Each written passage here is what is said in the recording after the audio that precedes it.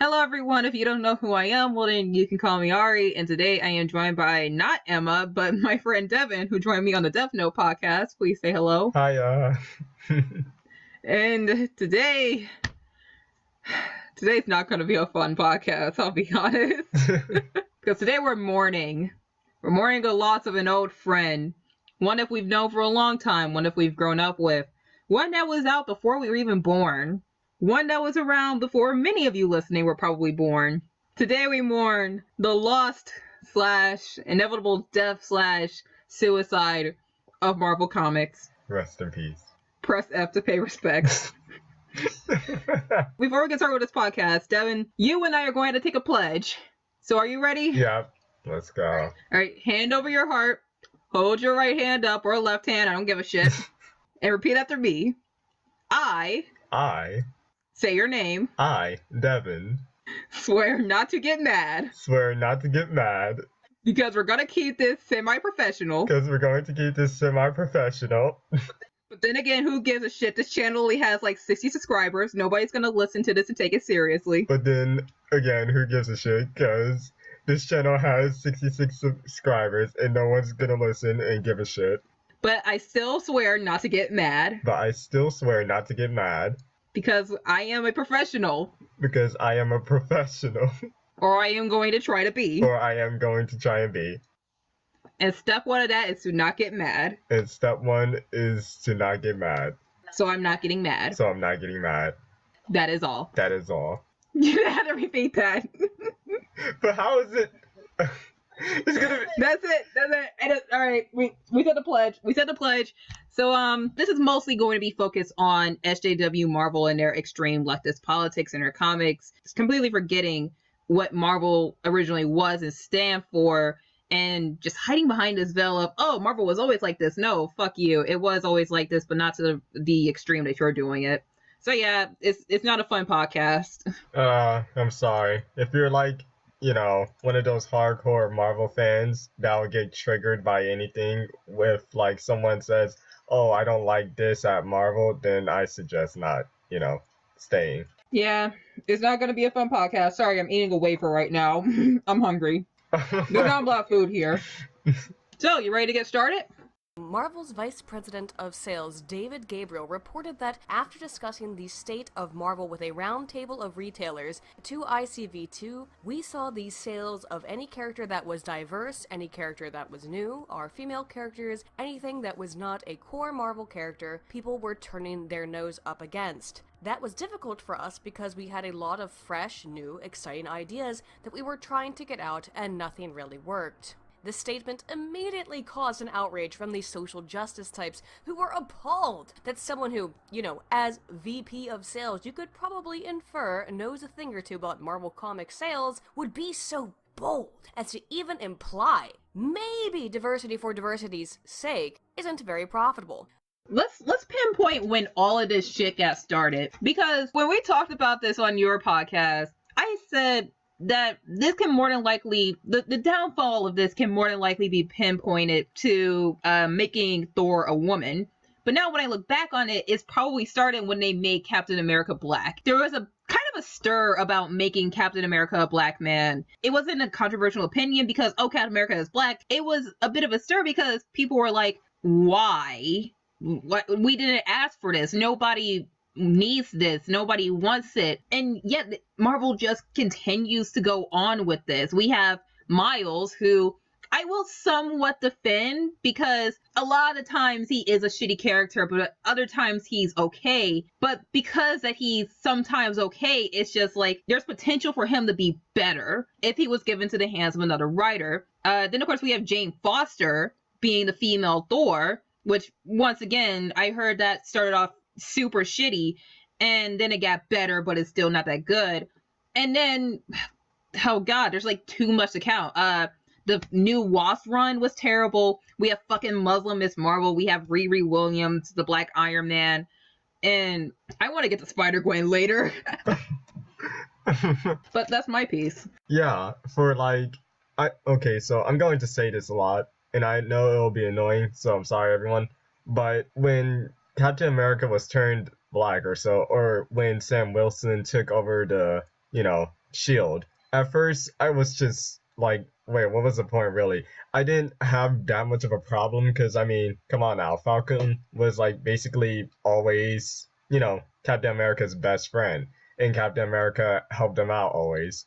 Such like, Bucky Barnes and all. Or Rhodey, because originally Rhodey was a sidekick to Tony Stark, and that's how he got the War Machine suit, but later he became his own character, he became popular, so now he's like his own thing. He's no longer Tony Stark's sidekick, he's Tony Stark's best friend who pilots the War Machine suit and protects the country while Tony is saving the world. Which was great, which is why I'm glad that they just put him as a separate character and not, take over the lead or so of Tony Stark.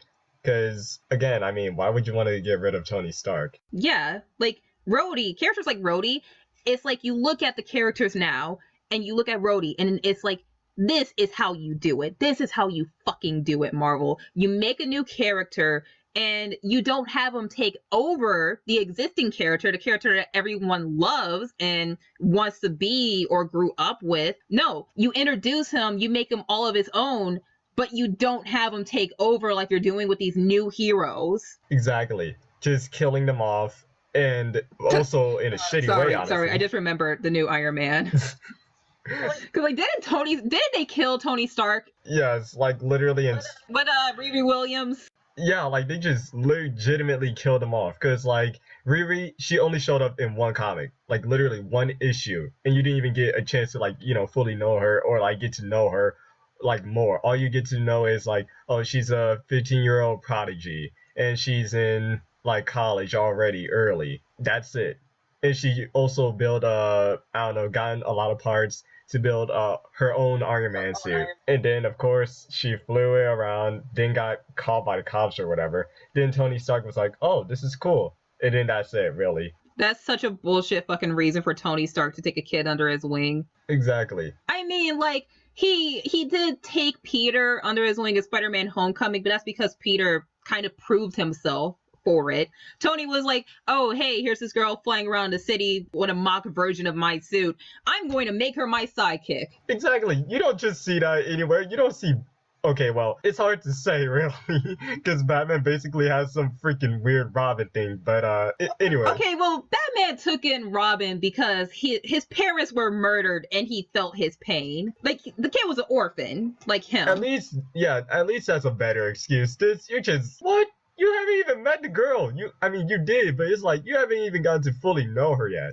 Yeah, like you don't even know if she can fight. All you know is that, oh, she can build an Iron Man suit for me. I'm going to make her my sidekick. No, you see that this girl is able to make you a mock Iron Man suit, and you keep her in mind, and maybe, just maybe, you bring her onto your research team. With Robin had acrobatic skills, and when his parents died, Bruce pitied him, but he was also like, oh, he can be useful because of how nimble he is. I can train him. Exactly. Like, after once Batman picked them up, or just picked each Robin off from the streets, he got to know them more after, like, training them, especially also becoming basically a father figure to them as well. And that's what made, like, having a sidekick or so for Batman was great, while it was just out of nowhere.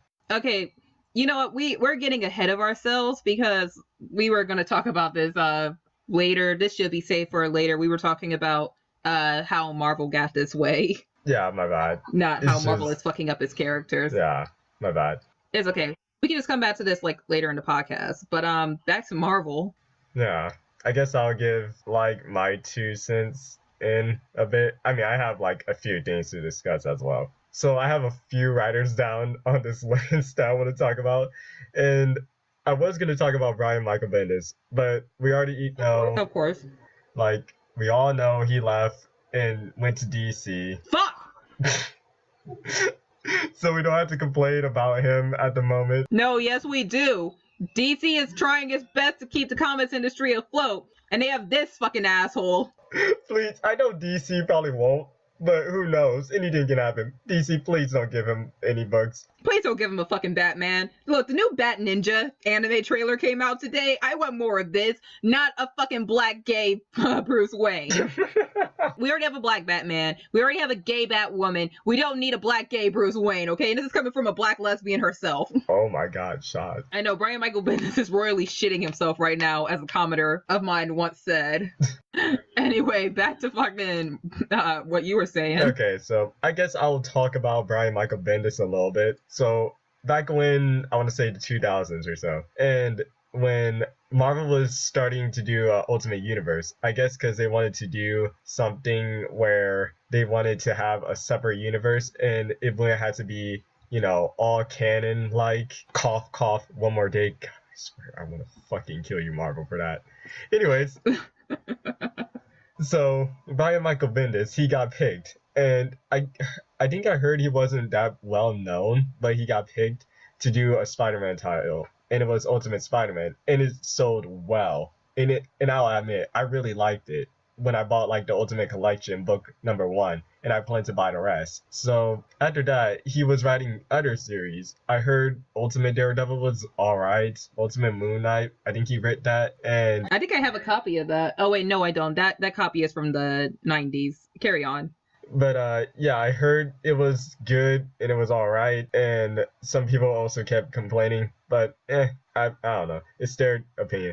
Anyways, so the more he kept going on series, it just felt like he kept running out of steam, because like, if you didn't know, I think he has like other series, like for example Powers. I think that's still going on. Plus he's already got like 4 series literally that he was writing while he was at Marvel. It was just going out of like nowhere, or like it was just going too much for him. Because like, I feel like if you're writing a lot of stories, you just need like, I don't know, pick 2 books up and just write those, and don't pick up any more. Because like, once you start writing more and more books, you're just gonna start either losing out of steam or like start writing crappy stories. I just looked it up. Powers went on for 4 years, and yeah, you're right. Like, I try to make so many videos all at once, and that's either because, well, back then it was because I was too ambitious. Now it's like, oh shit, my schedule's fucked up, my tech is wrecked, I'm going to have to like do all this at once, and it really burned me out so much. And this is like the last month, so I'm like super exhausted and I need to take a break, but I gotta make a few more videos in December. So you really have to like pace yourself when you're creating and not take on too many projects at once, not get too ambitious. Yes, you love doing it, yes, the reward is satisfying, but you need to take your goddamn time. Exactly. I can't like remember that many series that he did. I'm trying to think off the top of my head. He was doing Defenders. They scratched out the Ultimate series. Spider-Man, quote unquote, for Miles Morales. He was doing a lot of other stuff. Why do I keep saying Ultimate?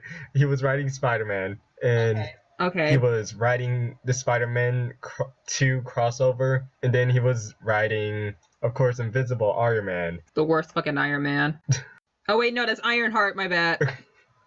And he was also doing Guardians of the Galaxy, but that was like last year or 2 years ago. But he was just doing kind of a bit too much, and it's like, okay, dude, I know you have a passion and all for like Marvel, but you kind of got to slow down a bit. But we can't forget the big old Slotzilla. We can't forget his contribution to this. Come on now, don't make me kill myself tonight. Come on, his Spider-Man comics are his own fan fiction. We both know it. I know. Okay, so at first when I was getting into Marvel or starting to get back into Marvel comics, I was trying to look for some Marvel comics. So I tried to get back into some Marvel comics, and then I tried out Spider-Man, especially after seeing Spider-Man Homecoming. And I kept hearing people saying, oh my god, his writing is so bad. It's not that good. And I'm like, it can't be that bad. And when I tried it, it was like just a mess. I'm like, what the heck is this? Why is Peter Parker a millionaire or a billionaire? And like, they didn't even give a good explanation, I don't think. They just said, oh, he's a billionaire. Like, don't worry, guys. While Peter Parker and Mary Jane, of course, they're never gonna marry due to the whole one more day thing. I'm probably gonna explain that. I don't know yet. So Peter Parker is just basically dating random people, which I'm pretty pissed off about. And I've heard Dan Slott was a good writer back then, like written a She-Hulk comic and some other stuff that were praised. I've never read them, so I can't say really. but for his Spider-Man series, it is not good at all, in my opinion. It was just so bad to the point where I had to go and just buy this, like, the Amazing Spider-Man, Stan Lee and Steve Ditko omnibus. Before he took over. Exactly. Like, I just couldn't take this anymore. I plan to buy the other Spider-Man books, but not with him writing it. No. Once again, like, his writing for Spider-Man is his own fan fiction. Like, you're just ignoring everything that makes Spider-Man Spider-Man. I mean, Peter Parker, who is he? He's a broke kid from New York. He lives with his aunt. His parents are MIA. His uncle died right in front of him because with great power comes great responsibility. We all know it, blah, blah, blah. That's like one of the things that pissed me off about Spider-Man Homecoming, because they didn't even mention Uncle Ben. not once. I walked out of that theater, I was like, why the fuck didn't you say his name? But anyway, like, making Peter Parker a billionaire, making him not marry Mary Jane, even though, like, back then, weren't there, like, comics of when he married MJ and Gwen Stacy in an alternate universe just to kind of explore and canonize the idea? Didn't that happen once, or am I thinking of Archie?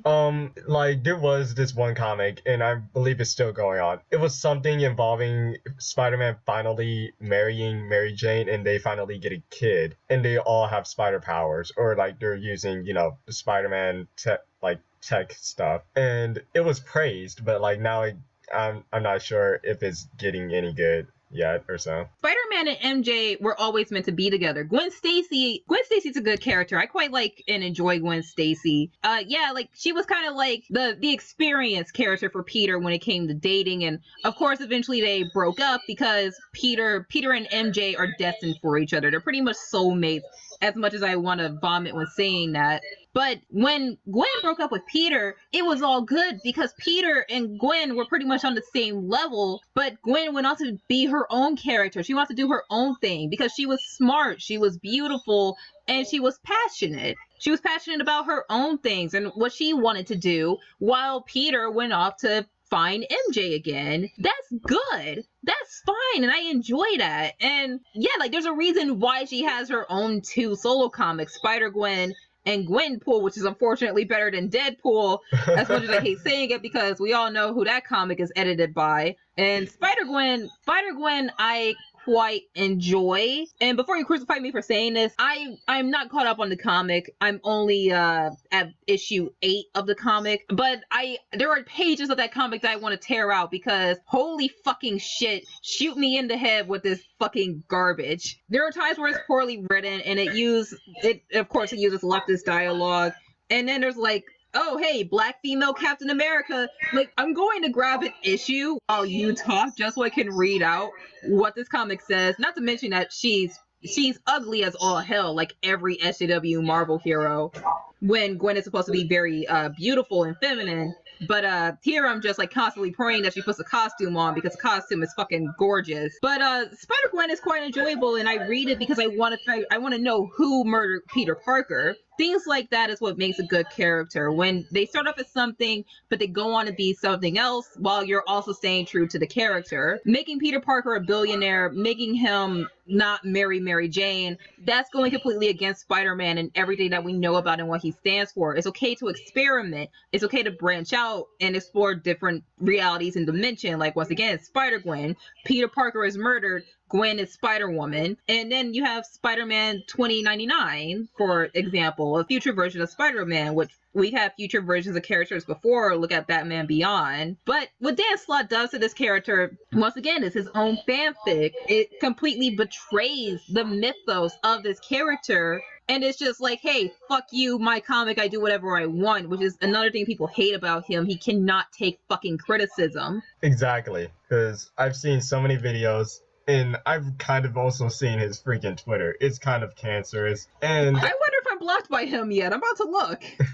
I don't think I got blocked by him. Because I've been blocked by Max Visaggio and Heather Antos, but that's because they use Blockbots, and I'm followed by Diversity in Comics. Well, no, I'm not followed by him. I follow him. My bad. Okay, this will be quick. If you're going to be on the internet, you have to have some balls to like take like criticism and all. Because again, this is the internet. You'll like deal with trolls and all. So I'm sorry if like you don't want to deal with them. You'll just have to deal with it at some point. But anyways, for the Spider-Gwen, yeah, I think I tried issue 0 and issue 1, and I kind of liked it. But I was obviously confused because I didn't know what was her actual backstory, because they had, even though they did talk about it in the first page, I was just like, who is Spider-Gwen? I like her costume. I really love it in the design. Oh no, her costume is fucking beautiful. Like, if you look in the background of my videos, you might be able to see the plushie I bought. And I bought that plushie before I read the comic because of how it's gorgeous. I love the costume. That's like the best thing about the comic, seeing Spider-Gwen in the costume. Like, even if the comic does go tits up even more than it already does later, I'm not gonna be mad because I fucking love the plushie. You know what? You keep talking while I grab an issue of this comic so I can read what the fuck they said about a female Black Captain America. You keep talking. Be back, like, real quick. Okay. So when it came to, like, with Spider-Gwen or like with Dan Slott, of course he can't take criticism, and of course it just doesn't make any sense. And it's like, you do realize you're a Marvel writer and you're gonna have to get criticism at times. Any writer is. And it's annoying. You don't have to whine about it and all. Because if I were a writer and I was getting criticized, I would have tried to get those criticisms and try and, like, you know, better myself at my writing and whatnot. And I've also heard with Dan Slott, he really didn't like or love the whole Mary Jane and Peter Parker relationship, and it was like, no, he didn't love it, he hated it, I heard. And it's like, what? Okay, I can understand if you didn't like that, but I hope he liked the Gwen Stacy one, at least. If he doesn't like, you know, Peter Parker getting married, then I don't know. Yeah, like, if you don't like Mary Jane, then write her to become a stronger character. Motherfucker, I grabbed the wrong issue. Alright, I gotta get back up again and grab issue 2, because I have issue 1. But if you hate Peter Parker and Mary Jane, then you must hate Mary Jane. And if you hate Mary Jane, then write her to be a stronger character, because in the beginning, she was pretty feisty, but she's not, like, she was also kind of a damsel sometimes. Exactly. Now I gotta go grab this comic. Be back. Basically, of course, Mary Jane was also a damsel in distress at times, but you gotta admit, like, it's a good couple. Of course, in comics, we all have the famous couples and all. Like, for, like, top number 1, definitely, Superman and Lois Lane. Come on now, you can't hate that. They're like the powered, strong couple of comics and the most well-known. While for Spider-Man and, like, Mary Jane, they're the second, like, most powerful, strong couple ever. I'll even argue Bruce Wayne and Selina Kyle, like, shit, they're pretty psychotic, but they're also pretty iconic. Exactly. Also, spoiler alert for anyone, I'm sorry for this, but in DC Rebirth, Batman and Selina Kyle are now married to each other, which is great, and I can't wait to see if they get, like, huntress as, like, a child. But anyways, enough about that real quick. Yeah, it was, you can't just hate them or so. I mean, sure, you can probably hate them, but, like, at least, like, one of the couples, like, one of the classic couples, because, like, it just doesn't make sense in my opinion. I'm like, I have the page. Let me read this page out to you. She's Captain America! Project Rebirth. Forget bombs and tanks. If I put every penny spent here into stockings for the USO girls, it would be better spent. But Washington gets what Washington wants, doesn't it? Not so long as I'm breathing, it's not. I'll get to the Vito Ray chamber. I'll stop them, Agent Carter. Just cover me! Run! Ripper and Rasties! Here comes Captain America! That's right! She's Lady Liberty and Rosie the Riveter all in one! Ready to fight for freedom and home! Aboard! This is how this is fucking written! This is a page! I cannot stand when this comic turns into this. Like, this comic has problems, but once again, it's the story and the take on this character and how she's, you know, Spider-Man in another dimension. They're not replacing Peter Parker, they're experimenting here. This is what keeps me reading, because I want to see a take on Gwen as Spider-Woman and know who killed Peter Parker. I am intrigued on that mystery, and I want to see how they portray these characters in an alternate universe. I like what they did with Harry and the Green Goblin in this, but what I don't like is when it gets all fucking leftist SJW, and you have pages like, run! She's Rosie the Liberator! Reading Liberty all at once! No, fuck that! And then there's, like, in issue 3 or 4, Gwen tackles a police officer. Granted, in this comic, Gwen is on the run because everybody thinks that she killed Peter Parker. And she's tackling this cop who's trying to take her down. And she says, I'm sick of all of these fascist regimes. You're not trolling me, right? White cop, I can grab you the issue. I can grab you the issue right now. Oh God. You want me to grab it? I'll read it out. I think I've already.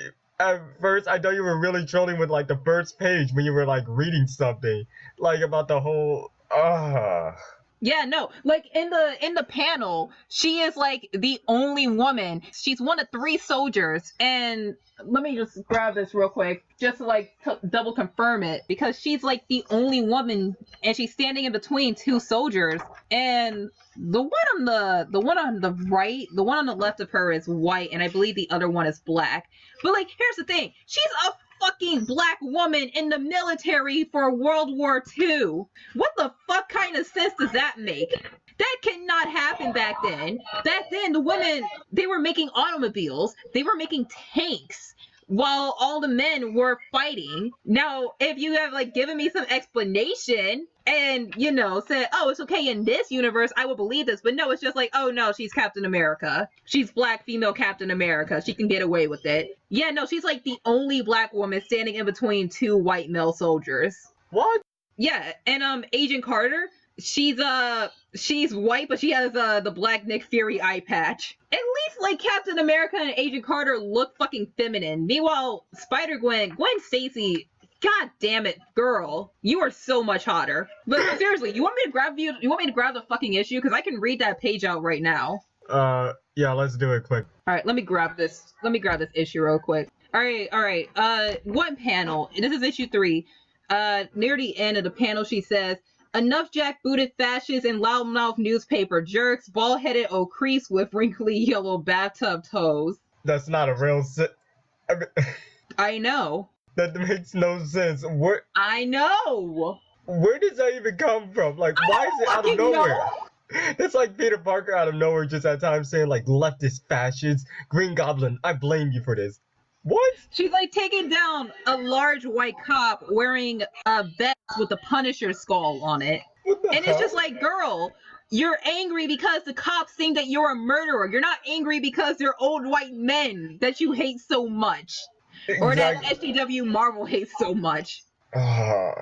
The writing, I swear to God, it just makes no sense at all. Look, once again, I like this comic, but I like it to an extent. If it was just like language, like how they did in The Shadow, where The Shadow is like, you grew up in a world of privilege. If it was just a sentence, I wouldn't mind. But this fucking happens every goddamn issue. Then that just doesn't make me even want to read it. The first 3 issues, man. Oh my God. I don't have a problem with the Hulk now being a woman. Kind of interesting, actually. But it's the fact that, you know, the Hulk doesn't do shit, right? They just talk. Yep. You know what? To just give my piece on like why I think Marvel went all SJW on us, I contribute part of it to their location, because Marvel is in New York, and New York is very liberal up there. They're the epicenter of movement and progress here in America. So much shit got to start in New York City. And Marvel Comics has always been about diversity and social commentary, but they did it in a way that was fun and entertaining. Like, we all know that X-Men, we all know that Professor X and Magneto was inspired by Martin Luther King and Professor Malcolm X respectively. But Marvel was trying to make a point there about equality and not discriminating against people for the way that they were born, but they did it in a way that was still fun and entertaining. They weren't pushing their fucking politics on people, coming up with all of these fake ass fucking weak ass dialogue sentences, just like being very blunt with their politics and just forcing it down people's throat. And nowadays, the people working at Marvel said, oh, we can get away with it because this is what our Marvel has always been. Yeah, this is what Marvel has always been, but it was never like this. And most of the people working at Marvel don't even care about comics. They're fucking diversity hires because, oh, Marvel is all about diversity. Yeah, okay, that's good, but hire people that are actually qualified to do their fucking job. Exactly, because, like, it's funny that you mentioned that, because I never thought of it in that way, like Malcolm X and Martin Luther King for, like, Professor Xavier and Magneto. I never thought that way, and it's actually interesting. And when it comes to X-Men, it's good for the diversity and all, especially for Marvel. But for the politics and all, I know politics is real big at the moment. But it's like not all of us want to get into politics, but we're gonna have to at some point. But we don't want to read it each time. We want to just, get away from it. Especially when we're trying to read about books that are completely nonfiction at times. Like you wouldn't see, a freaking guy that's a spider like crawling or whatever, like up a wall. You wouldn't see a billionaire with, tech or something like that. No, we came to like read some random stuff, but that are fun, not about like politics and whatnot. It's just irritating. These writers, the diversity hires are getting characters that we love, but once again, they don't give a shit about Marvel. They're working at Marvel so that they can say, oh, I worked at a major company on my resume, and they can go on to do something else, things that they wanted to do. They don't care about comics. They don't care about the fans. They always criticize and attack the fans, and we the fans are sick of it. We're sick of them coming in and taking characters that we love and changing them for themselves. You're entrusted to take care of these characters for us. We just want a good product while you get paid and do your fucking job. We don't want America Chavez. We don't want Kamala Khan. We don't want Riri Williams. Nobody asked for this. And the reason why we're getting pissed off now about you continuing to change these characters is because we're sick of it. If you have maybe, prove that you can create and introduce new characters and make them good and likable characters, then we wouldn't have that big of a problem. I mean, look at Aqualad. Aqualad was introduced in Young Justice, a TV show, and now he's in the comics. And, okay, one of the funniest fucking memes of 2017 was when Aqualad was like, Dad, I'm gay. And Black Manta was like, does it look like I care? And then that got memed. It got memed so hard because it was such a refreshing breath of fresh air to have a character come out as gay and to not have it define him, to not have anyone care about it. And then it was just like, Dad, I'm gay. Hi, gay. I'm going to take over Atlantis. I didn't even notice that. Like, I did hear about, that was a meme. I know Aqualad, like, I heard, like, he was revealed to be gay in, like, DC Rebirth, and I was like, wow, he's gay? Okay, that's cool. And, like, I was so glad he didn't, like, always mention it, especially when I was reading Super Sense, because that's when, of course, where the Teen Titans or whatever, or so, is, going on as well at times. It's refreshing. It is. It's really refreshing. You don't hear, like, no one wants to hear that you're gay always. We don't need a repeat over and over again. Like, we just don't care. I mean, we've moved on. It's not like it's a new thing or anything like that. Yeah, no, like, it doesn't define their character. Marvel is just like, don't forget they're gay, don't forget they're lesbians, and they always shove these characters' sexualities down their throats. Like, make a character gay, I don't give a fuck, but, like, don't make it such a big fucking deal. Exactly. And this is the second thing I've been really wanting to talk about. Like, how just Marvel kept, like, picking characters, especially ones that were like not even new. They've been with Marvel or they've been created for like years now. Like how when Iceman, he got turned gay out of nowhere, and it's like, what? Why? I don't remember him being gay. Like, I know there was a Family Guy joke about him being gay, but it's like it wasn't actually confirmed or anything. He was dating people, I believe, that were like, I don't know, a different gender than him. But it's like, do you even have a good reason? Especially the panel part when it was like how Jean Grey was like reading his thoughts and just like telling everyone, oh, he's gay, or he was just calling him out on it. It's like, that was just retarded. I'm sorry, Brian Michael Bendis, you really need to like know the kids better, or like how to write. We're breaking our promise about not getting mad. I'm not mad. I'm just. Oh crap! Okay, I'm getting a little mad. I already forgot about that. My bad. I did too. Fuck. And I came up with that on the spot. I was just like, oh, okay. Exactly. But you want to move on to Disney, because even Disney is getting sick of Marvel's bullshit at this point. Sure. Even though didn't put them, I should have probably put them in my list. Yeah, let's talk about them. Yeah. So the MCU, Marvel Studios, is owned by Disney, and Disney. You know, the Marvel movies and the Marvel comics are completely separate, but when the mainstream audience goes to see the Marvel movies, they go to pick up the comics and they find that they are not getting the heroes that they see on the screen. And Marvel is like, oh, we're gonna do Star Wars, and Disney is like, yeah, no, you're not, because your comics are going down the goddamn toilet. Like, the Marvel comics isn't making Disney money, but Marvel movies are.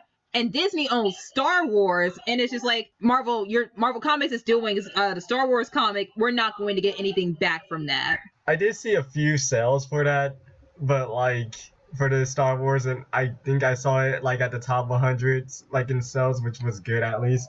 But yeah, like once like kids or like parents, when they bring them to go, I mean like when they bring their kids with them to like introduce, oh, like Sonny boy or like daughter, this is the hero that I used to grow up with and how I loved in Marvel Comics. And when they bring their kids to like see them, especially try and bring them to the comic shop to like reintroduce them or like get the kids like into the like, you know, the heroes and stuff like that, they're just gonna be like, Daddy, I didn't know Iron Man was a girl. And it's just like out of nowhere, and it's like, wait, what? Son, give me this. What the hell? You know what? The last few times I went to the comic book shop, I saw a man bringing in his son and his daughter, and this was like twice in a row. I'm just looking at these kids, and I'm just like, I'm so sorry. Because he's showing them Marvel Comics. And I feel so bad for him and those kids. I'm just like, turn around. Old, good Marvel Comics are right behind you. Just turn around and don't look at the new release exactly. wall. They're not that good. Like, if you really want to get into, like, no, not the new characters, but, like, the ones that you've seen on screen and you've heard of always, then just go and, like, I don't know, try and look up online or, like, go to one of the old sections, like, for the old comics, for Christ's sake. Because, like, there's tons of old comics, especially for the old heroes. Or if you just, you know, want to get this type of particular thing, or if you have, like, some good money, then buy an omnibus, especially if you want to get, like, you know, to know them about their origin and all. Because that's a good choice. They're fucking worth it. They're like, worth I'm still it. not regretting that choice when I bought a $50 omnibus on Amazing Spider-Man. Still not, like, regretting it. Don't. God. They're worth it. Buy the old omnibuses. Don't buy the new shit. And support your goddamn comic book shop, because Marvel Comics is currently putting comic book shops out of business. Like, it's been so long. And you want to know why? That's because the Marvel movies are hot. People go to see Marvel movies all the time, both the fans and the mainstream audience. And when the mainstream audience watches these movies, they're going to decide, oh, I'm going to go to the comic book shop and I'm going to read more on this character. There's a reason why you see Iron Man and Thor modeled after the models and the actors in the movie. There's a reason why Star-Lord from then looks more like Star-Lord from now, and that's because Guardians of the Galaxy is hot. But once again, people walk out of the theater, they bring their family, they go to the comic book shop, and they're like, hey, can we have this because we saw the movie? And the retailers just sigh, get depressed, and they show them what Marvel has that's new. And they can't sell the old, like, yeah, they can sell the old issues, but business is business, you know? And it's putting so many retailers out of business, and it's horrible. They put out one of the oldest comic book shops in America out of business. And these are the people that are making Marvel their money. But Marvel, they know that the comics are doing that. They know that the comics suck, but they don't acknowledge it. What they do is they send retailers comics that they don't want, comics that they never ordered, and they force them to put it on them shelves. And that's horrible. Exactly. Like, not everyone wants to read those new comics, especially when, like, new people start to try and get into comics. Like, come on now. Once, like, the people that are, like, moviegoers or, like, start, you know, getting into the Marvel characters from the Marvel Cinematic Universe and want to get a comic of, like, one of the heroes or so. Like, do you know how much the retailers are going to have to explain? Do you know how hard it is owning a fucking retail store? I don't even know, but I'm pretty sure it's hard. Like, definitely. It's horrible. There's even at times when I dream about wanting to own a comic shop, but I know I'm going to have to be, like, selling the new Marvel crap. And it's like, I feel bad. Because, like, the retailers, they'll always have to keep explaining, like, okay, here's why this character is a woman. Or here's why this character is gay. Or here's why this character is black, white, whatever. And it's just going to be like, making either the parents disappointed or like, what? I'm confused. Why are they this? Did the whole thing switch or something? And it's gonna be annoying, especially for the retailer, because they're gonna have to repeat that over and over again. And I would be pissed off too, like trying to explain them, like, okay, here's why some things changed and whatnot. And, you know, a lot of comic book shops nowadays, they rely on other sources to make them the money besides comics. Like, our comic book shop, I hope that it's going to be fine because it sells more than comics. It sells figures, it sells cars, it hosts Magic the Gathering, they have a wall full of video games. Things like that can make them money. Plus, DC is trying its damnedest to keep this industry afloat, but Marvel makes retailers most of their money. Yes, DC does its part, but it's Marvel. Not a lot of people want to support indies like Image, and you and I both read and love some titles that Image puts out. Like, you and I both love Snot Girl and Paper Girls. But that's because we're willing to give them a chance. The mainstream audience, they just come from Marvel. They're not going to want to try an indie because too many people judge a book by its cover. That's one of the reasons why I'm trying to grow this channel and why I talk about indies so much, because professional comics from Marvel and DC isn't doing so hot. The reason why all of my videos are on webcomics is because I love indies and I want to give them a voice. That's why I'm trying to grow this channel in the new year. I want to help. I gotta agree with you on that. Like with indies, I want to try and get people into them, even though, sure, most of the demographic, they care about, you know, the big two, obviously DC and Marvel, because they've always been there from the long run. But like when it comes to indie, I also want to get people into them. Sure, it may be a bit weird when trying to introduce them to Snot Girl, so I'll put like that on one of the sides or something. Dude, if you want to introduce someone to Snot Girl, all you gotta say, hey, remember that awesome movie Scott Pilgrim vs. the World? That's based on a comic, and the creator is still making comics, and this is his newest one. I tried They're gonna be Snot Girl. It's just like, just once they hear the title, it's like, wait, what? No. Yeah, but once again, you're recommending it to them because A, you start with the movie, B, you go to the creator, C, hey, he has a new title called Snot Girl, and they're probably gonna pick it up because they love the movie. I love the movie. Who doesn't love the movie? It's Edgar motherfucking Wright. Exactly. It was great. And like with indies, like of course not a lot of them get movies, which is kind of a bummer. Yeah, I would love for Paper Girls to get like an animation or a TV show, but Stranger Things is a thing. Honestly, yeah, like I would like to see it get it like an animation or whatever, and that would be like interesting, especially if it was like on Adult Swim. Oh my god, that would be sweet. That would be fucking incredible. And like another series that I freaking love, and I want to say either it was the second or like the first Image series that I was getting really into. It was called The Wicked and the Divine, which I got you into, and so fucking good. I'm so mad I don't have money so I can buy more volumes. I'm buying you a volume. I don't give a fuck what you say. I'm buying you. Dude, I left off. I need to like buy all of them because I borrowed my issues from you. But yeah, there's like so many good indie series which we both want people to get into other than just DC and Marvel. I know we're going a bit off topic. I'm sorry. Like we're both sorry, but it's just. Well, no, it's fine because here's the thing. You and I are willing to try new stuff because we love comics. We're comic fans. The mainstream audience are not. The mainstream audience, they try comics because they love the movies. And once again, Disney doesn't make its money from Marvel Comics. Disney makes its money from Marvel movies. But when it comes to, once again, the new Star Wars comic, they don't trust Marvel to publish the comic because that's like the one comic that they're going to make money off of because they own Star Wars. Marvel goes under, Disney is like, well, fuck, too bad. Exactly. I wonder what Kevin Feige is like. I wonder what he thinks about like the current Marvel. Like, the hell is this shit? This is not what I grew up with. Like fucking Stan Lee. Stan Lee finds out they made Captain America a Nazi this year, and he was like, what the hell? And he didn't know because he can't read comics anymore because the man is 90 and his eyes are poor. And this is what happens when you have people who don't care about Marvel Comics, or in Dan Slott's case, cares a little too much. Yeah, like I think I heard he approves it. I don't know. Don't quote me on that. I think I just saw some random article where it was basically a meme. But yeah, it's just the current Marvel. It's not that good. And the next topic. Wait, do you want to go to the next topic, or you want to still continue in this one?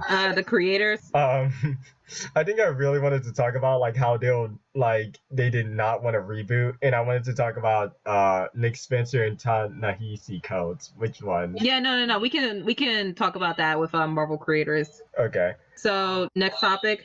So I'm here with Erica Henderson, who is the artist for both Squirrel Girl and Jughead, and all around really amazing artist. First of all, thank you so much for taking a couple minutes to sit down with me.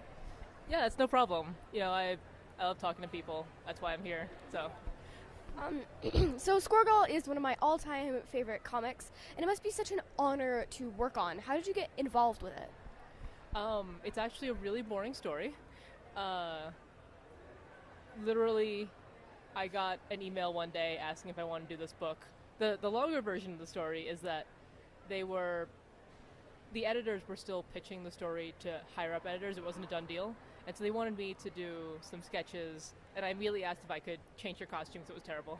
Alright, so who am I going to rant about? Remember to pledge. I forgot about the pledge too. Fuck, I'm not innocent either. Oh, I mean, who am I gonna compliment on? Compliment is a very polite word. Yeah, I'm complimenting nothing else. But I guess I'll compliment on Nick Spencer? Yeah. Dick Spencer! Dick Spencer! But okay, so if you don't know, and I'm pretty sure you should know, no, not pretty sure, you should know, you really should. Nick Spencer is basically, I gotta give him a bit much of credit, because like he is kind of a good writer, I'll admit, and I plan to buy one of his books, not Secret Empire, but Superior Foes of Spider-Man. Just like giant, heavy quotes around the word good. With Nick Spencer, he's basically the writer and the guy behind the whole Secret Empire event for, and he's basically the reason Captain America, became a Nazi or so, or revealed he was a Nazi at some point. He was the writer also for the Sam Wilson Captain America, and not just for the Steve Rogers book. And once, the first issue of Captain America came out, people were blowing their minds. They were just like, what the fuck? Even Chris Evans was like, say it ain't so. Especially when it was just showing the panel where Hail Hydra. People were just flipping their shits, honestly. And people were sending him death threats and everything else. Well, that's because it was disrespectful. It was. It was disrespectful not only to the character, but to his creators. Because, come on, he was created by two Jewish men during World War II to combat Hitler and the Nazis, to be a symbol of that. And you turn him into a fucking Nazi! It was just out of nowhere. You would never expect that. Sure, I guess the guy was trying to make it interesting, because we can't just have the whole same heroes going against the villain. It's just oh, bye, I'll get you next time again. But this was going too far, honestly. It's you could have had something else, really. There wasn't an explanation. Well, actually, no, there was an explanation, but it's kind of I guess for any comic readers that don't read the comics, it's they didn't really look into much. It was about Red Skull getting the Cosmic Cube or so, and I guess getting the little girl that's that represents a Cosmic Cube or so. And he told her to wipe, I don't know, the history of Captain America and make him a Nazi. In other words, it was fucking bullshit and nobody liked it. No one really. Okay, I only knew a few people that liked it. Especially even this one girl, she's a big Captain America fan. She was pissed. She was like, I cannot stand fucking Nick Spencer. Nobody can. Goddamn. Oh, all right. He's great. He's a great writer. Yeah, forgot. Can't get mad. And he has a quote-unquote great Twitter. You should go and check it out at times. That is if you're not blocked for never interacting with him. Exactly. He just goes on full political rants. And it's just oh my god, you do not follow for that, or you don't want to hear that. And he doesn't even promote the comic. Okay, once you get done, I got some shit to fucking say. Well, I have to compliment people. Come on, we gotta compliment them. We gotta give them compliments. Quote-unquote compliments. But yeah, it was just... Okay, so when I was reading like his secret empire just a little bit or so. I think I read issue 0 and issue 1. By the way, Marvel, how the fuck do you like spell Michigan wrong? They spell it as Michigan. And it's like, okay, that was offensive. But anyway. Did that really fucking happen? Yes, I'm gonna find the freaking picture. Holy I'll shit. send it to you.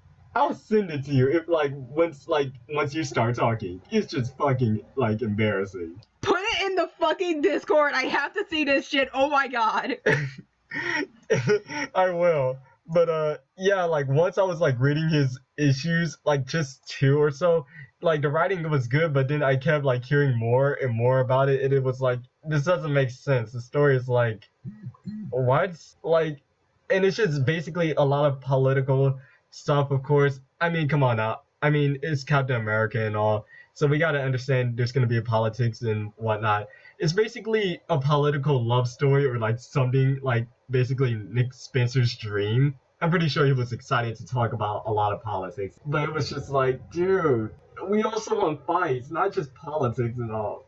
And they made actual characters that weren't defined by their race or sexuality. Exactly. And the funniest thing, literally, when Secret Empire was going on, it wasn't selling like, I mean, sure, it was also in like the top 5 at times, but I only kept seeing it a lot in like Comixology. Also a little bit probably for print, but like each time we kept going to our comic shops, it was just a full stack of still like Secret Empire issues.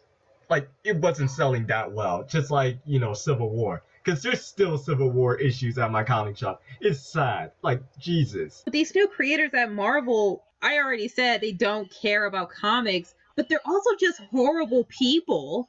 Nobody likes them. Nobody wants to interact with them. And they don't want to interact with anybody if you disagree with their politics, and they don't care about their job.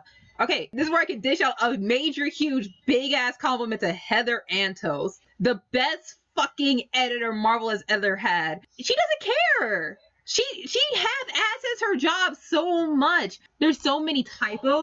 There's so many grammatical errors, misspellings. Just terrible work with every comic that she edits. She doesn't care about her job, and she uses block bots to block anyone who A, follows the wrong person, B, has wrong politics. She doesn't even keep up with her job. Like, one time somebody asked her, when's the new issue of Spider-Gwen coming out? She was like, I don't know. Bitch! What?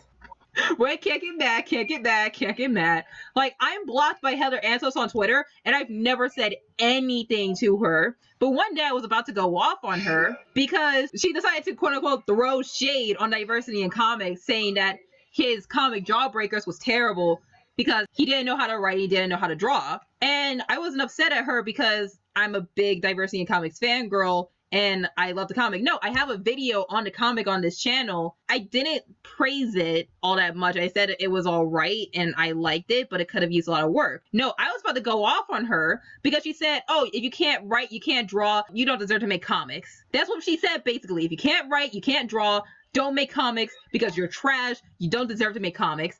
And I was so ready to go off. I was so ready to go off on her because as someone who wants to encourage creativity, as someone who wants to foster people to go out and make whatever they want, you do not have the fucking right to tell people what they can or cannot create based on their skill level, because that just disencourages people. That tells people, oh, I can't do this because my artwork is shitty. I can't do this because my writing is shitty. Bitch, no. I'm about to make a fucking webcomic. I might make 2 webcomics at once. And my art is shit.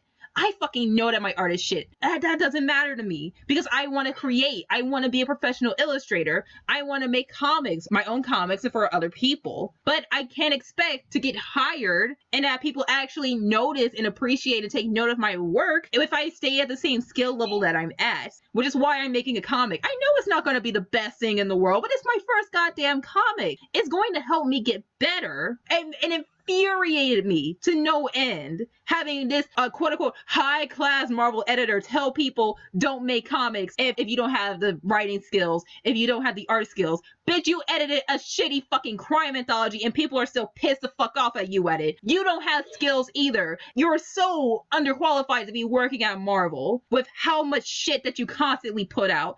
Okay, that's done. Fuck the pledge. I'm pissed off. I can't believe she actually told people that. If you're a Marvel editor, and not like also writers and artists should also do this as well, but especially if you're an editor, you're also the one that's also supposed to inspire people to get into comics as well. Because the comic industry, it's not the biggest. It's really not. Okay, real quick, I'm sorry. What the fuck? MIGHIGAN? What the flying fuck? You're shitting me. No. Oh, it has Ironheart in it. No fucking wonder why. What the flying fuck is this shit? What is this? That's what it just says, Michigan. That is something that's from fucking Welcome to Night Vale. And in Night Vale is a goddamn joke. Look, our intern from Michigan. They're a Night Vale fan. That's it. They listened to too much Welcome to Night Vale. It was an honest mistake. They just really love Night Vale. That's what happened. It's a joke. It's an inside joke. Like, oh, sorry, they don't mess up New York City. Yeah, they don't mess up that, but they just still manage to mess up Michigan. Okay. Who the fuck edited this? Wait, who was the editor? I'm sorry, guys. I don't fucking know. I didn't read this shit. Wait, this is for Secret Empire? Yes. Oh, it makes so much sense. Axel Alonso. Sayonara, farewell, safe travels or not, I don't care, you're shitty at your job and I'm glad that you're gone. Oh, praise God. Thank you. You're giving us a good year. I'm pissed. The new editor, he might get fired because he made publications under a Japanese name. He's getting fired just because of that? He might be. I don't know if he's fired or not, but like he violated Marvel's policy by creating comics or manga under a Japanese name. What? I know. It's just like, who gives a fuck? This guy can save Marvel. Fuck off and leave him alone. Exactly. Fuck your stupid fucking bullshit policy. Oh, do you want to talk about that like after this topic? No, we're on creators. We can go to Axel Alonso right the fuck now. Oh yeah, sure. Like, even though I don't know much about him like that much, I know he's a terrible editor-in-chief. He's a dick. Oh my God, he is just not good at all.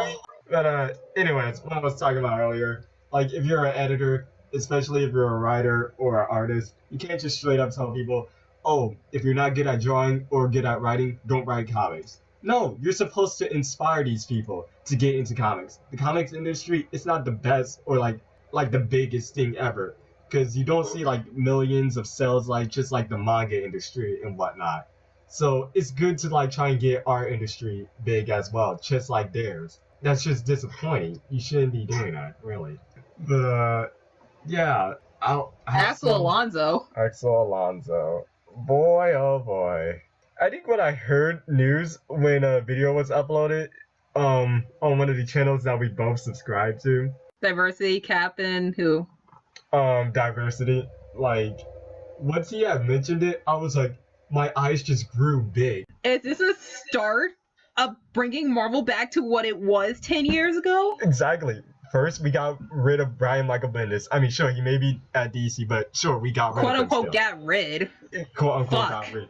I mean, at least Dude, it's still not isn't Max Masaggio going to DC? We don't need him. The writer of Kim and Kim, the man in the wig, quote unquote trans person, trans woman. I'm pretty sure she's going to DC. I think she was accepted to their new talent program. I'm not gonna say nothing. If she is, I'm extra pissed because Kim and Kim is such a shitty fucking comic.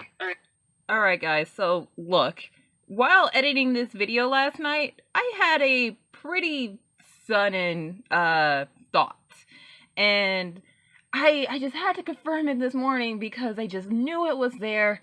I just didn't want to believe it. And sure enough, I still have the first 3 issues of Kim and Kim. And I bought these back in like early 2016. Nobody was covering them. It was just getting praised all across the board. now I know not to listen to comic reviewers anymore. So these were boring. These were stupid. These were shitty. These were just, everything about them is awful except for the artwork. And I don't want them. I don't want to keep this filth around me. So, I'm going to dispose of them the best way that I can. Oh, these are actually kind of hard to rip.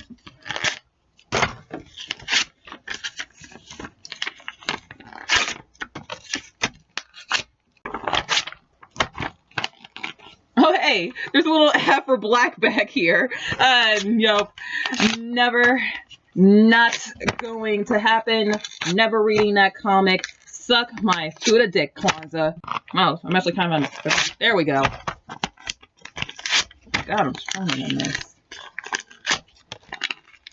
What the hell? I just flipped to a random page and look at that fucking drawing, man. What the shit? I didn't even read this issue. God damn. And now we go to part 2.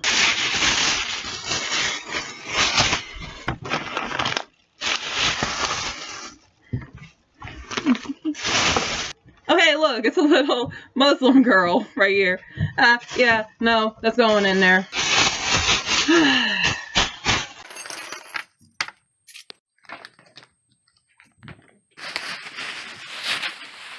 Let's go. Ready? You ready? You want to go for a walk? You ready to go for a walk? Come on, let's go for a walk. Go for a walk. I gotta get my coat on. I gotta get my coat on and him can go for a walk. Okay? Go for a walk? Wanna go for a walk? Ooh, no, those are my headphones. No, you can have those. Those are my headphones. Here, you can have this. You want it? Here, you wanna sit down so you can go for a walk? That's a good girl. That's a good girl. Come on, let's go for a walk. You wanna go for a walk? Come on. Ready? Ready to go?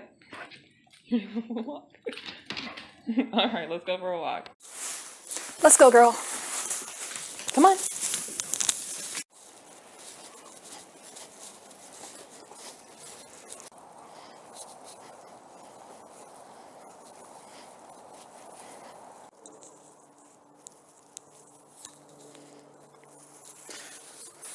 Bye! See you later! You ready? Let's go home. Come on, let's go home. Alright, who cares? Back to Axel Alonso. I don't know much about this person, I'll be honest, but I know he's the editor-in-chief at Marvel, and he didn't do a great job, like, at all. At all. God damn. He was pretty shitty. Dude, who working at Marvel isn't shitty? Okay, that is true. Like, wait, who's working at Marvel? The fucking cosplay Muslim that's writing Camellia Khan, the fucking fake Latina that's writing America. Yeah, but I mean, like, there has to be at least one person. There was, like, one person there that I know that was good, at least. I just can't think of it, right? Because it's so hard. There's so many crappy writers. Right now, the only good professional comic creator that comes to mind is, Sean Gordon Murphy, who's currently working on Batman White Knight. Oh, I was going to pick up that. And that's a DC creator! God damn it. Bring back Tony Stark 2K18. Why? Tom King, why did you leave Marvel? You could have just stayed and helped out. Also, Marvel, why did you He can't come back! Marvel's too shitty! Also, Marvel, by the way, fuck you for canceling The Vision. It was great. Fuck you for canceling all the good comics and promoting your fucking shitty ones, like Squirrel Girl. Okay, dude, this is not a joke. I physically cannot look at Squirrel Girl because every time I see her horrendous face, I feel like vomiting. I'm not shitting you. I feel like throwing up every time I look at Squirrel Girl. I'm not shitting you. Literally. Just looking at her makes me feel sick. Even though I shouldn't criticize the person's art because my art isn't that good as well. No, the person drawing Squirrel Girl, she's a college graduate. She can draw really good. There's images of her old drawings, and yet she draws this comics purposely bad. Why would you draw at a skill level beneath you? That's just plain sad. You're deliberately ruining your own art skills by doing that. That is just really sad. I didn't even know she was that well. Like, she could draw really well, better than that trash that she's, using. God damn it. Make Marvel Girls stick again 2K18. I'm dead ass serious. Fuck. Give me sexy ass Captain America. I mean Captain Marvel, please. I miss her. I miss her so motherfucking much, man. I miss Miss Marvel. Give her D cups again, god damn it! Not talking about Kamala Khan. I'm talking about Carol Danvers, Miss Marvel. What happened to you? How could they do this to you? You were the sexiest chick there. Oh my god. There was so many cuties, but then they just turned into mannish. Once again, it's these Marvel creators just making what they want to make. Women can't be feminine anymore. Men can't be masculine anymore. In Unstoppable Wasp, they were making such a big deal over Hank Pym hitting Jean Grey, his wife. And it's just like, why are you freaking out over it? It's common fucking knowledge that Hank hit Jean, okay? The story behind that is interesting because the writer of that comic, he was talking to a therapist because he was thinking about doing a storyline, but he needed a good reason for it. Once again, he needed a good reason for it. Underline, underline, underline, underline, bold, bold, bold, bold, bold. And he talked to a therapist and he said, hey, can somebody hit their wife because of this? And that's because he was super stressed out. And Erbert said, yeah, sure, people can totally do that. And he went through with the storyline. And yeah, it's fucked up that Hank hit his wife, but it was resolved.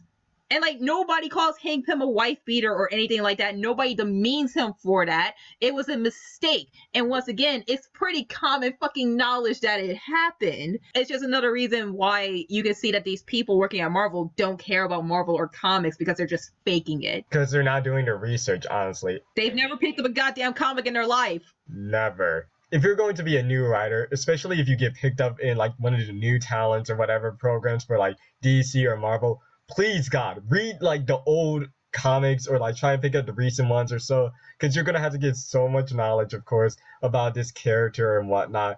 Cough, cough. Wait, what was her name? Alana Smith. No, the trash that's making goddamn America. Oh, fuck. Shit. Fuck her. I don't even care about racist it. ass. I don't want to remember her name. Fuck it. Exactly. I'm not gonna think about it. But it's the writer for America, and she racist bitch. Like Marvel, they only picked her up just because she's a lesbian Puerto Rican. That's it. She fakes speaking Spanish.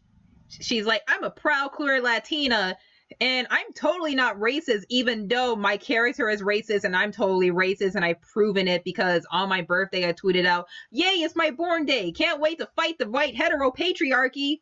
Oh my god, once I saw that, I was like... She was wearing a suit that said, fuck white people over and over again. And they still approve of this woman. And they still fucking... Let me calm the fuck down.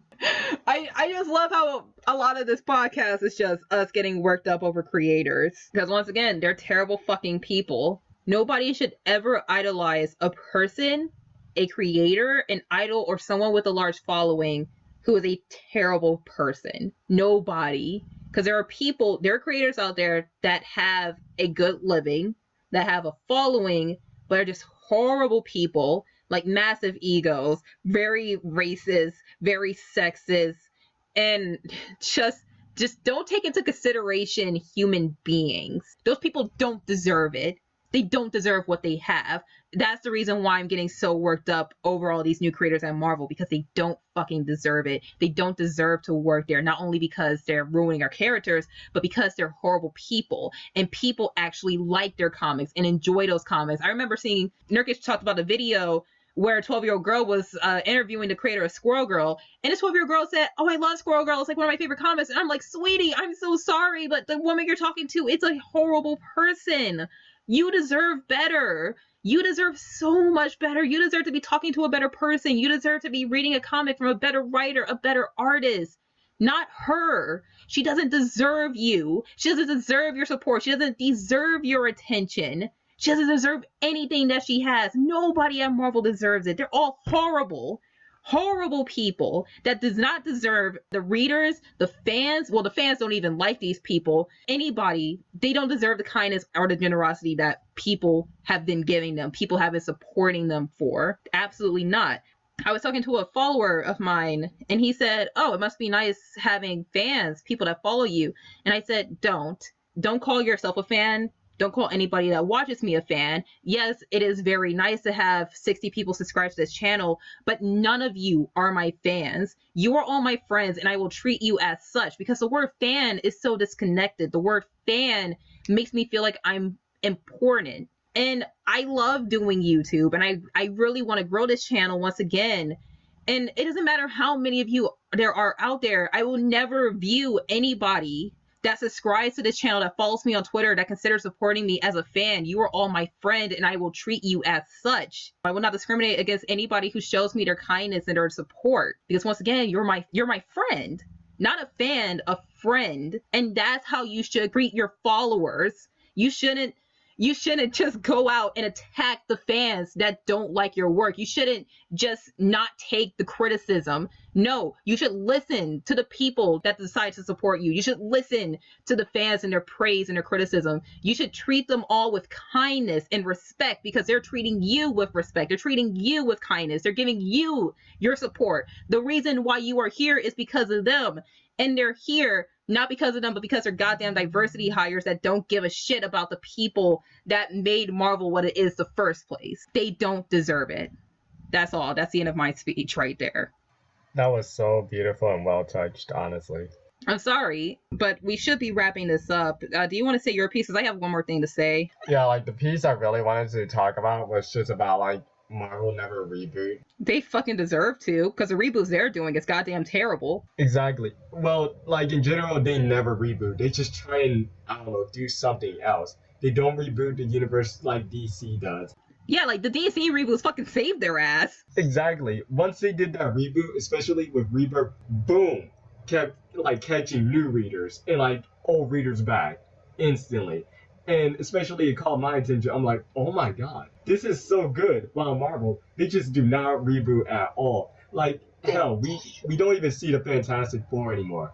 We only just see Doctor Doom. We don't see a Fantastic Four because the movies were shit, because fuck Fox. Exactly. Fox only made new Fantastic Four movies so that the license wouldn't run out, and Stan Lee worked his magic and he was like, hey, we got Fantastic Four and Iron Man back at Marvel for the next few years. I have a terrible fucking Stan Lee impression. Why did I do that? Do that. Okay, kill me now. Goodbye. End the podcast. I'm dead. That's the thing that Marvel really needs to do. Reboot. Like, have the balls to reboot. Well, okay, I know Marvel, it's gonna be really hard for them, because, like, they do not have a Jeff Johns. They do not have, like, Jeff Johns like DC does, which he can, like, do a reboot really well. He is a great writer. He is one of my top 5 writers. He was brought into the DC EU because they were going under, and they were like, hey, you save the comics, save the movies, please, God, we're fucking up and we don't know what to do. Exactly. That's how good his reputation is. With like Marvel, you don't have a Jeff Johns. You don't. Like, that's why people were like wondering, oh, who's gonna be the writer for Marvel Legacy? And they picked up the writer for like female Thor, because I guess he was like the closest thing that was like, I guess, good at least. Because you couldn't get Brian Michael Bendis, because he always ignores continuity at times. Why would you ignore continuity when you're writing in the canon Marvel universe? That's just idiotic. Yeah, and all of their good writers are gone. Exactly. But you can bring them back. Just give them creative freedom. Exactly. You can't just force people to like, oh, write it like this and like add all this SJW stuff. No, this is not what writers came like to Marvel to do. They wanted to express like stories that they've been wanting to do ever since they were a child. And you're just forcing them to like put all this political stuff, and it's like, no, that's not what comics are. No, they're not. I don't think they're forcing them. Well, I kind of do believe that they are forcing them, but I also think it's also the choice of the terrible creators that I just talked about. Honestly, well, I don't think they're getting forced, like those creators. I think a few of them are getting forced, but with the other few, they're just doing it because, oh, hey, we can do it. All right, awesome. Yeah, those, they're not getting forced. I'll agree with you on that. But like the new ones, a few may be getting forced, and because like even if they have like, I'm pretty sure they might have like great stories that they want to talk about, but they can't because of goddamn Marvel, you know, because they don't want to lose sales. I mean, come on now, Marvel, you're still making big bucks. At least like give them a shot. Come on now, really. My final piece, end of the podcast. What you were saying about the creators. Marvel does need a reboot. They need it so badly. After all of this, all the Riri Williams, all the America Chavezes, they need to just erase those from history. They need to reboot the characters that we love so much and bring back, they're able to bring back some of the old great creators. Just give them creative freedom because they know what the hell they're doing. Just have them say, hey, do whatever you want. Here's like a guideline or two, but still do whatever the hell you want. And that's what we need the most at Marvel. We need creators who care again. It breaks my heart. It hurts so much. Looking at Tony Stark, looking at Captain America, looking at Carol Danvers and seeing what they did and just wondering how this happened, but I know why it happened. And it hurts. It hurts so much. I grew up with this and it's just being ripped away from me. And I just have to retreat to the movies. I have to retreat to the webcomics being made by Marvel fans because it's gone. It was taken away from me. And I'm just waiting for the day for Marvel to wake up and realize that if you keep doing this, you're done. You're gone forever. And I don't want them to die. Nobody wants Marvel to die. And that's like the last thing I want to say. The last thing that hurts about it is the lack of creative freedom and how people like me who love Marvel, creators who are much higher skilled than me, there's like people out there who dream of going into Marvel but can't because Marvel discriminates against people who do not have the right politics. And I really wish there was something in place to stop companies from doing that. But it's just, hey, you're not far left. You're not a liberal. You can't come to Marvel, sorry, even though you have the skills and the passion and the drive and the qualifications to come here and write for your favorite hero, to make your own hero. I see people online all the time saying, I dreamed of writing Spider-Man. I dreamed of drawing Spider-Man. I dreamed of working on Iron Man. I dreamed of working on Captain America, but I can't. You want to know why? Because I don't have the right politics. And I don't believe in the word dream, but I believe in the word goal. I believe in the word passion. And passion can help you reach that goal. But they have the passion.